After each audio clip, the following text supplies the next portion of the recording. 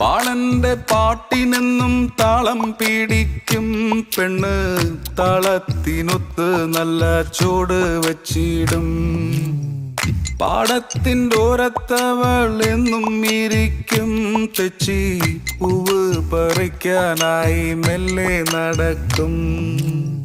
പാൽക്കാരൻ പയ്യനെ കാണാൻ വാഗമരത്തിൻ മറവില് നിന്ന് ആരുമറിയാതെ അവളെന്നും മെല്ലെ നോക്കിയിടും, പിന്നെ പുഞ്ചിരി തൂകിയിടും.